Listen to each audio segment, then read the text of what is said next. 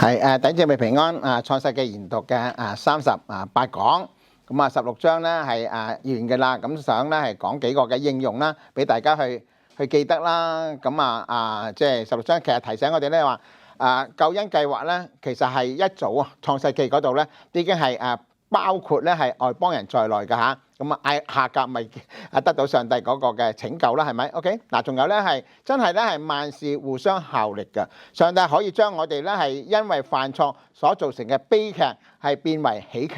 人類不斷犯錯㗎，連亞伯蘭都會犯錯，係咪啊？撒拉呢個多國之母又會犯錯，但係最嬲尾嘅時候咧，大團圓結局係嘛？上帝可以咧係將悲劇係轉化為喜劇但係咧我哋要小心喺我哋咧係即係犯錯嘅過程當中，我哋都會受苦嘅。即係大衛係佢係做錯事犯奸淫咁上帝赦免佢嘅罪但係咧佢係要受到咧嗰個嘅苦果。人種嘅乜嘢，收嘅係乜嘢呢樣嘢咧，我哋要小心，唔好覺得咧係有上帝悔改就得啦。咁你犯罪咧唔係得意㗎你會承擔苦果㗎OK 嗱，仲有咧係當我哋遇到迫害落喺痛苦當中嘅時候唔好忘記向上帝傾訴苦情。最好嘅 counselor， 最好嘅朋友就係上帝喺上帝裏邊咧上帝應承過咧就一定會垂聽我哋嗰個嘅訴苦嘅嗱。仲有第4個應用咧係痛苦讓我哋咧係更加容易感受到上帝嘅同在，上帝嘅看顧，就好似咧係夏甲喺痛苦當中係同上帝相遇仲有咧我哋第5咧就話要專心倚靠耶和華唔好以為自己聰明用自己嘅方法IQ 去做事一定係要咩係倚靠萬軍嘅耶和華。仲有咧係第6就要忍耐等候上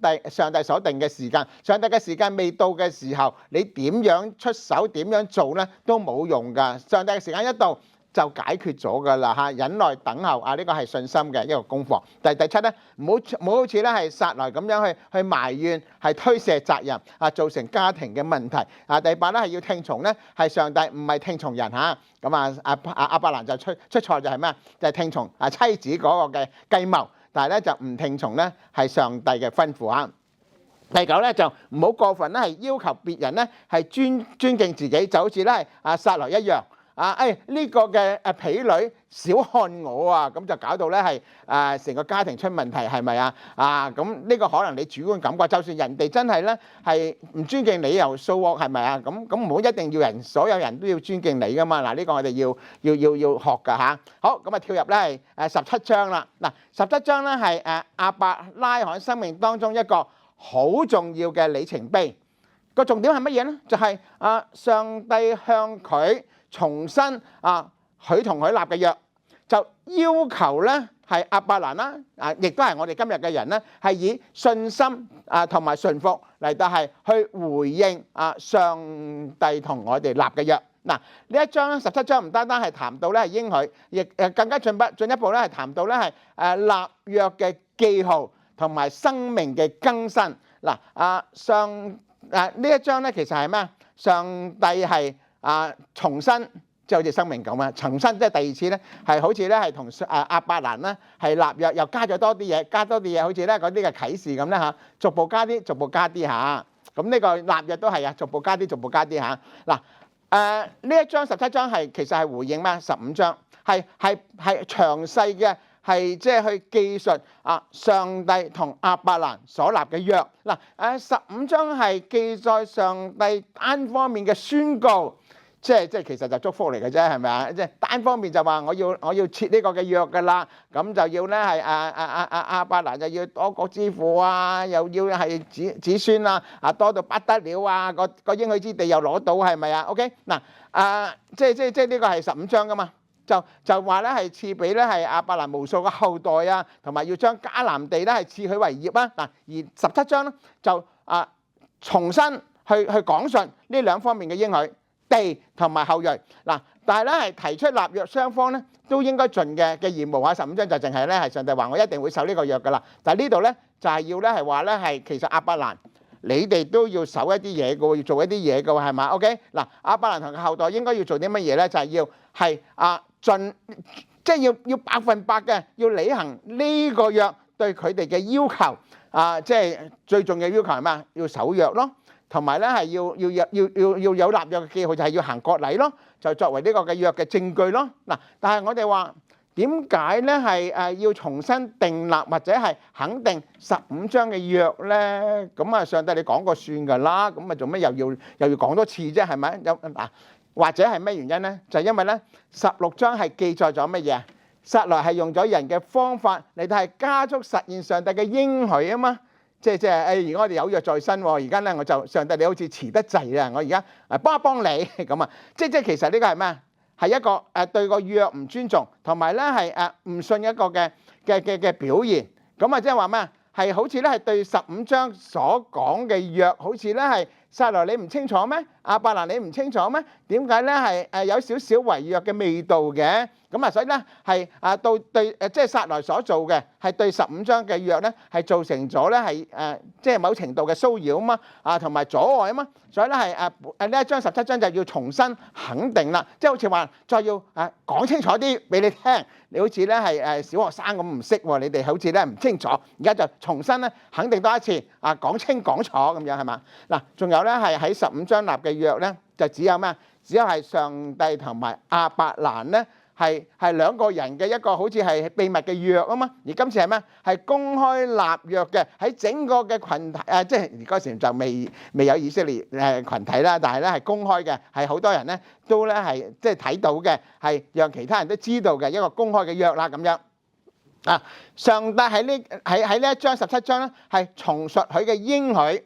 因為咧係17章同埋15章，起碼咧係相隔咗係11至到咧係13年咁耐㗎啦嚇，咁即係肯定啦，隔咗咁耐啦。16章就表示咧係佢哋咧係都唔係100%咧，好似咧係明咧呢個嘅約咁所以17章要重申啦。16章其實提到咧係亞伯蘭咧係嗰時係咩86歲咁喺第17章咧就提到係99歲，即係話咧係隔咗咧係最少咧係13年啦，11至13啦，所以係嘛 ？OK， 咁喺呢一段日子咧係撒拉就仍然係冇得生啊嘛，不育啊嘛咁佢同咧係亞伯蘭就難免對上帝嘅應許就有啲動搖啦。即係咪真嘅？係咪真嘅？係咪啊 ？OK， 等咗11、2年嘅咯喎，都未得嘅咁樣係嘛？咁但係咧係約嘅要求就係咩？你就要信心等待啊嘛！你哋做咩咧？係等唔到嘅啫，係嘛 ？OK， 所以咧就上帝就再次向亞伯蘭顯現嚟，都係鼓勵佢嘅啦，就要堅固佢嘅信心。你要信得過上帝所講噶嘛？喺約裏邊咧係講得清清楚楚噶啦，一定會兌現嘅啦。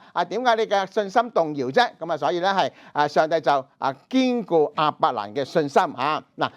上帝咧係預告咧係會叫咧係亞伯蘭做多國之父，所以改名咯。立完約之後就改名咯，就亞伯蘭就改名亞伯拉罕咧，就由17章開始嘅啦，係嘛？第一節17章第一節，亞伯蘭年99嘅時候，耶和華向他顯現，對他說：我是全能的神，你當在我面前作完全人。即係話呢個係你哋嘅責任嘛，唔單單係你你嘅後裔都要咁樣做因為喺約嘅要求咧，你哋就要做完全人啦咁樣 OK。咁咧就其實第一節咧講咗好多嘢嘅，講咗乜嘢咧？就係事發嘅時間，就係咧係亞伯蘭99歲嘅時候啦。同埋講咗咧上帝嘅應許咧遲遲未兌現，最低限度咧係過咗咧係11年至到13年咁所以咧上帝就向咧係亞伯蘭顯現啦因為咧係見到佢哋咧係等唔到啦，信心咧開始動搖啦，咁就去鼓勵佢啦嗱，喺創世記嘅記載咧係只有咧係亞伯蘭以撒雅各有呢個權利咧係可以咧係即係得到上帝嘅顯現咁即係所以咧係呢3個嘅先祖咧蒙恩蒙福嘅OK 咁你睇下上帝介紹點樣介紹自己喎？佢話介紹自己咧係全能嘅上帝，又唔係叫做耶和華喎。咁同摩西講咧，我嘅名叫做耶和華，但係今次佢就話我嘅名就叫做全能嘅上帝啊。咁點解用全能嘅上帝咁呢個名稱咧？其實就係針對亞伯蘭當時嗰個嘅懷疑啊，佢嘅困惑，即係亞伯蘭就話：咪得唔得㗎？我99啦，我老婆40歲都89，喂。邊有仔生嘅？真係搞笑咩？係咪啊？即冇可能嘅事係咪啊？但係咧，上帝話：我嘅名叫全能嘅上帝，喺全能嘅上帝嘅手裏邊有乜嘢難成嘅事啫？咁即係話俾亞伯蘭聽咯。上帝全能乜都得㗎嚇。咁上帝介紹完自己咧，就跟住咧就吩咐亞伯蘭就兩件事。第一就係你當在我面前做完全人。意思係乜嘢啊？意思就話應該喺神面前咧係過一個完全信靠神嘅生活，咁就叫做完全人啦嚇。OK， 你唔好咧就憑自己嘅方法行事又亦都唔好依靠咧任何事物。咁呢個係16章啦，佢哋係做錯嘅地方，就係咧係憑己意行事啦，憑自己嗰個嘅智慧行事啦。即係憑呢個嘅夏甲以為咧就可以咧係得到呢個嘅兒子咧，全部錯係咪啊？OK， 嗱咁所以咧係原文直譯呢句説話咧就話你在我面前行走無可指責咁嘅意思，即係意思係乜嘢？就唔好作虧心事啊！即係唔好咧係做一啲嘢咧係得罪上帝匿埋唔夠膽見上帝嘅事情啊！仲有咧係要討上帝喜悅，凡事都問上帝喺呢個處境當中會點樣做咧？嗱呢樣嘢咧係約嘅要求嚟㗎，咁同埋咧係要同上帝同行，同上帝相交，有親密嘅關係啊！呢啲都係約嘅要求啦。無可指責嘅意思係咩？無可指責呢個字咧，通常係形容係祭牲係冇殘疾啦，係冇瑕疵啦，所以咧呢個詞咧係可以指咧係人對上帝毫無保留嘅忠誠全心相信，同埋咧係倚靠上帝即係對上帝真心不心懷二意，係唔侍奉兩個主咁嘅意思嚇。咁有解經家就根據咧係詩篇嘅18篇20至29節就指出咧係無可指責。乃係咧係對上帝嘅一種嘅回應詩人點講啊？上帝我真心愛你，我願盡所有力量嚟到係討你喜悅。今日我哋喺新約時代啦，都同上帝有約嘅喎，但係我哋係咪無可指責咧？所以我哋要反省下㗎，你係咪咧係真心愛上帝咧？係咪咧係願意係盡所有嘅力量嚟到係討上帝喜悅咧？但係咧，當咧係亞伯拉罕咧係生咗咧係以實瑪利之後咧，其實出現問題嘅。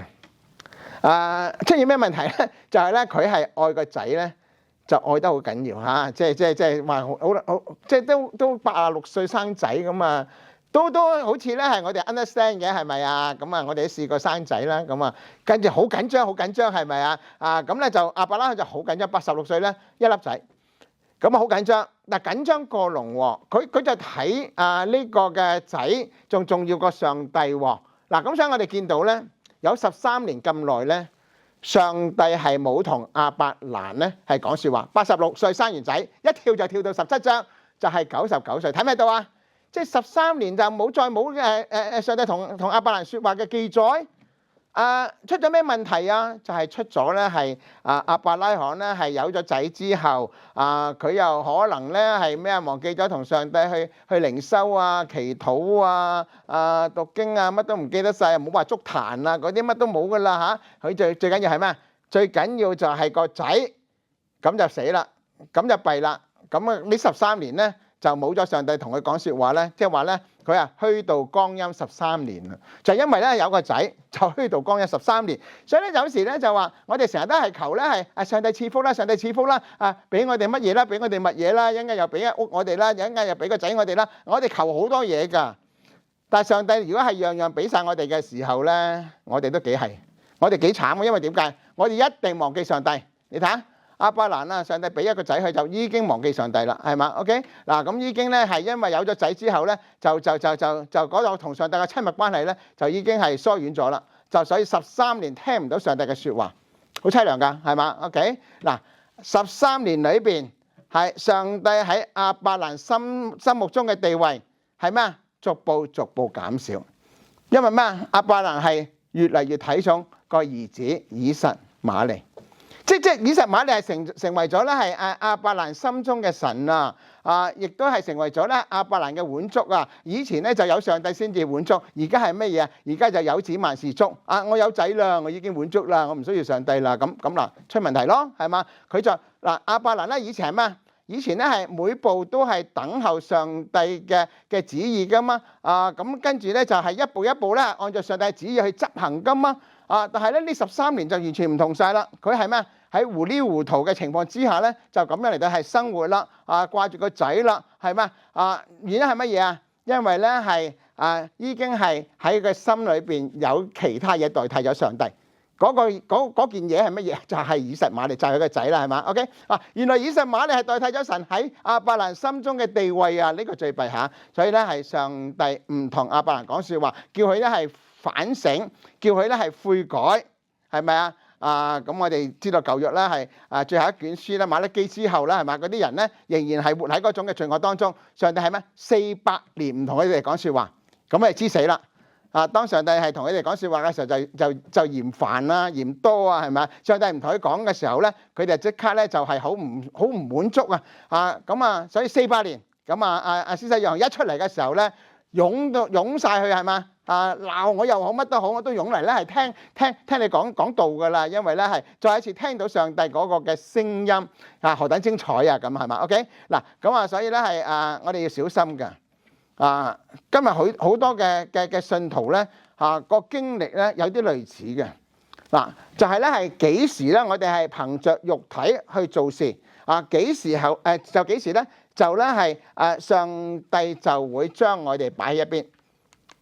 即係唔再講啦，你哋都唔中意聽嘅，就好似咧係上帝緊張佢選民嘅時候，不斷派先知係同佢哋講説話，去到一個地步，佢哋咧係唔聽先知講道唔聽上帝嘅説話嘅時候，上帝唔再派先知去同佢哋講咯，係咪啊 ？OK 嗱，當我哋去到一個地步係我哋中意世界多過上帝嘅，我哋都中意咧係一啲嘢多過上帝嘅時候，我哋嘅心都唔喺上帝嗰度啦上帝講乜嘢你都唔聽，咁上帝咪任憑我哋咯，係咪啊？任憑我哋咪唔同我哋講嘢咯，係咪 ？OK， 所以咧係小心，即係當我哋咧係有肉體嘅私慾情慾嘅時候，將上帝擺埋一邊嘅時候，上帝就任憑我哋，佢都會將我哋擺埋一邊，係嘛 ？OK， 但係咧我哋喺度睇落去嘅時候咧，就話真係上帝係會有恩典、會有憐憫嘅上帝，係嘛？佢唔會咧係真係放棄佢嘅子民㗎。嗱，我哋見到咧係。係啊，13年係冇同亞伯蘭講説話，但係咧係17章佢就再一次就同亞伯蘭講説話啦。13年後再同佢講説話，就重新同亞伯蘭立約。第二次我就與你立約，使你嘅後裔極其繁多。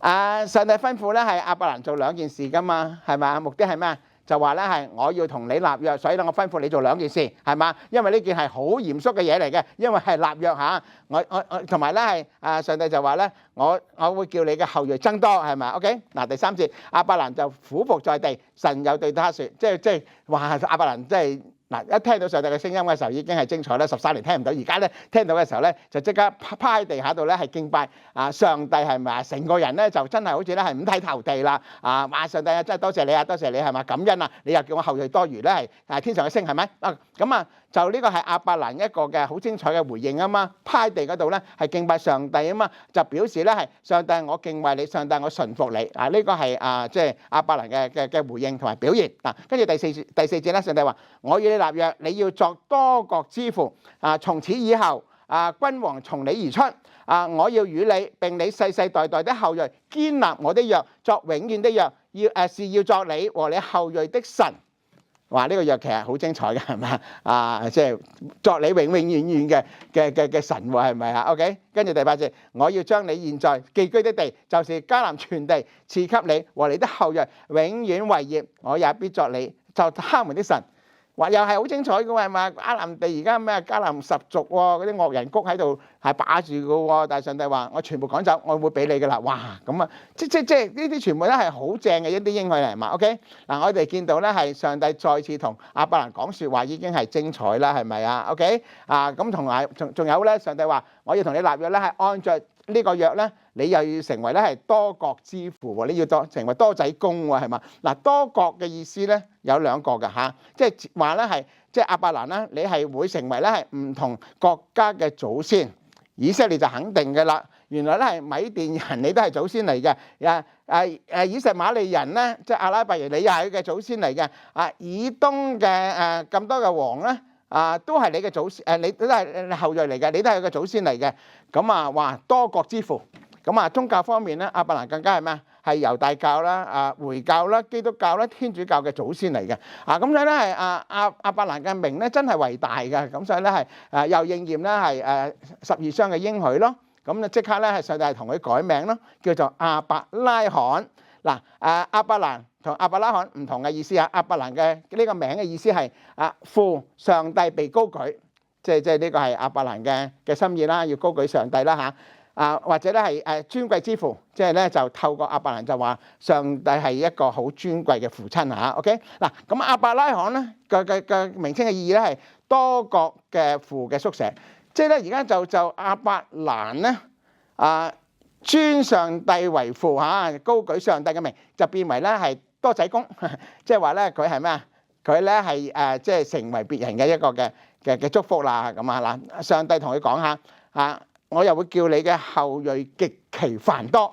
嗱，你睇下咧係對亞伯蘭嘅應許咧，係同咧係對呢個嘅亞當同埋呢個嘅挪亞，又好似好相似。但係咧又見到咧有好大嘅唔同嚇。嗱，因為咧你見到咧係原文呢個嘅呢度咧係寫咧我必使你嘅極其繁衍咧，呢個繁衍咧係原文係作結果字，即係上帝話亞伯蘭我要叫你咧係結好多嘅果子，即係咧係子子孫孫多到不得了啦嚇。咁而第二節嘅原文咧係寫咧係咩咧？我必使你增多。OK 嗱，咁第二節同埋呢一節所用嘅兩個動詞咧，就係咧係上帝吩咐亞當同埋挪亞要做嘅事情。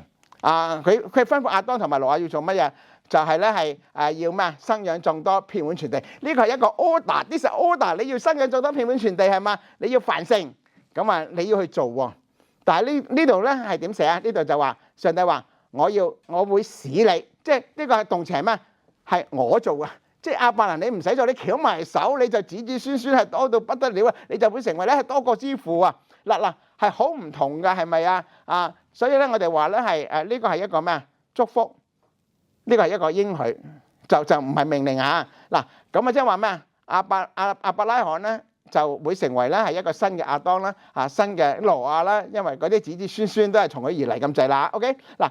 特別係屬靈嗰啲嘅子孫啊。OK 嗱，上帝創世嘅時候咧，係為人咧係預備嘅祝福係會咩？係透過亞伯拉罕係臨到世人，所有人都係因為亞伯拉罕得福。點解啊？因為咧係耶穌基督就從亞伯拉罕呢個嘅後裔而出啊嘛。咁所以咧係耶穌基督祝福世上每一個人。咁所以咧係咩？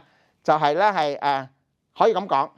就係咧，係世上每一個人都係透過亞伯拉罕嗰啲嘅福氣就臨到呢個嘅世界啦，咁樣嚇嗱。上帝吩咐亞當同埋挪亞咧係要繁衍啊嘛，增多啊嘛。但係對亞拉罕就話咧，我必使你繁衍增多好似咧亞當同埋挪亞就一個 order 一個命令，但係呢度咧對亞伯拉罕咧係一個嘅應許，係咪啊？唔使你做噶啦即係上帝係將佢同對亞當同埋挪亞嘅吩咐咧，就變成咗俾亞伯拉罕嘅一個嘅應許同埋祝福你唔使做咧，你都會係子孫多到不得了就係咁嘅意思啦嗱，亞伯拉罕咧係既然而家成為咧係多國之父啦，自然咧係咩啊？國家君王都係從佢而出嘅啦因為你多國嘛，咁梗係咧佢之後嗰啲嘅國家裏面一定有君王啦，咁係嘛咁所以咧係上帝繼續就同佢講啦，國度從你而立，君王從你而出咁屬靈嘅國度啦，包括係咩？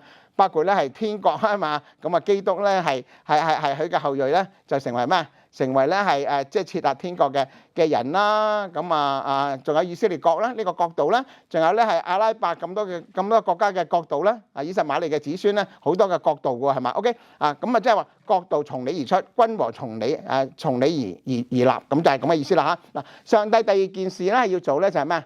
就係要將咧係呢個約就延伸至咧係亞伯拉罕嘅後代，即係呢度講得好清楚啊！即係我唔係單單係同你亞伯拉罕立約，而係咩？同埋你嘅子子孫孫立約。嗰個約咧要成為咩？係即係後代係永永遠遠嘅，係咪？我都要同你嘅後代立約，就係咁嘅意思即係呢個約係永永遠遠嘅約唔係淨係咧係亞伯拉罕你死咗就冇噶啦，唔係咁嘅意思OK 嗱，呢個係咩？上帝同埋亞伯拉罕同埋佢嘅後代咧係堅立或者叫肯定嘅約，即係而家係 confirm。嗰個嘅約嚇，就同佢哋嘅唔單係同亞伯拉罕立約，亦都係同咩啊？同咧係亞伯拉罕嘅後代立約，所以唔單單係同亞伯拉罕啦、以撒啦、雅各啦，亦都係同咩啊？同12支派啦，同咧係以色列人啦，亦都同咩啊？同呢個嘅新約裏邊我哋嘅屬靈子孫啦，同我哋立約係永永遠遠嚇，呢個約係永遠嘅，係包括亞伯拉罕嘅後代，係呢個嘅肉身嘅後代，呢個嘅屬靈嘅後代，即係而家嗰啲信徒啦，都係包含在內嚇。OK 嗱，上帝同埋亞伯拉罕嘅後代咧，係建立盟約咧，係有乜嘢含義咧？嗱，佢唔單單係即係亞伯拉罕嘅上帝亦都係咩啊？佢後代嘅上帝嗱，上帝第三件事咧係要做咧係咩事咧？就係將咧迦南地係賜俾亞伯拉罕同埋佢嘅後代嗱。上帝係要求亞伯蘭同埋屋企嘅男丁就要行割禮，就作為咧係約嘅記號嗱。第9節就話神又對亞伯拉罕說：你和你的後裔必世世代代遵守我的約。第10節，你們所有的男子都要受割禮，這就是我與你並你的後裔所立的約，是你們所當遵守嘅。一定要行割禮嘅啦嚇。你們都要受割禮，受割禮嘅原文係作割家包皮啦。這是我與你們立約嘅證據。你們世世代代的男子，無論是家裏生的，是在你後裔之外用銀子從外人買的，生下來第8日都要受割禮。你家裏生的和你用銀子買的都必須受割禮。這樣我的約就立在你們肉體上，作永遠的約。但不受割禮嘅男子必從民中剪除，因他背了我的約。所以咧係講得好清楚㗎啦，嗰個嘅約嘅記號咧係好緊要㗎，所以咧係之後咧，因為有某啲原因咧，摩西冇為佢嘅兒子咧行割禮咧，上帝就要擊殺摩西，要剪除佢，所以咧係唔好睇輕呢個嘅約嘅記號，唔好睇輕嗰個約，要嚴守㗎嚇。OK 嗱，亞伯拉罕同埋佢後代咧係要做嘅事係乜嘢咧？係遵守上帝嘅約點樣遵守咧？係上帝同埋咧亞伯拉罕所立嘅約就係要好似咧係亞伯拉罕一樣咧，喺上帝面前咧係做一個嘅完全人，讓耶和華咧係做佢哋嘅上帝包括咧係對咧係上帝，我哋要對上帝忠心啦、真心啦，係要單單敬拜侍奉上帝嗱。遵守神嘅約咧係包括乜嘢咧？係遵守上帝嘅道啦。就即係話咧，係上帝嘅吩咐、命令、律例、典章、法度，全部都要遵守，同埋咧係要秉行公義啦。對上帝同埋亞伯拉罕嘅後代立西乃山嘅約嘅時候，亦都咧係上帝係同樣咧係咁樣指出嘅，係要咩？要聽佢嘅話，就係守佢嘅約。咁邊個要遵守啊？就係咧係亞伯拉罕同佢嘅後代咯。幾時要遵守啊？就係世世代代啦。即係從同亞伯拉罕立約之後，就世世代代都要遵守咁咁其實咧，我哋一路睇嘅時候咧，其實好似咧係舊約啫，關我哋乜嘢事啫？其實呢個約咧就係去延伸到咧係我哋嘅新約嗱。嗰陣時咧係亞伯拉罕嘅約、西乃嘅約，其實咧一路延伸就去到咧係新約咧。其實咧嗰個精神咧，今日我哋都要去守嘅。即當日咧係上帝話：喂，你要咧係以上帝為上帝你要咧係聽足上帝嘅吩咐、律例、典章去行事為人。咁我哋新約唔使咩？要係咪啊？我哋今日咧係有好多嘅信徒搞錯晒啦！耶穌基督為我哋死，因信稱義我哋乜都唔使做噶啦十誡唔使守，舊約我哋可以劈埋一邊，睇都唔睇。其實唔係㗎，其實咧係今日我哋乜嘢？我哋係同上帝有約，咩約？新約。我哋係同樣係要守舊約所啟示嘅嗰個嘅精神，就要點啊？100%遵行上帝所啟示嘅嗰啲嘅律例典章法度嗱。所以今日我哋有冇做呢樣嘢咧？其實我哋要思想嘅，要反思嘅嗱。因為成個關係，我想大家咧係先諗一諗，我哋同上帝有約啦但係我哋有冇咧係遵守上帝嘅約咧？我哋有冇聽上帝嘅説話咧？好嘛，大家咧係先咧係反思去諗一諗咁下次咧係繼續。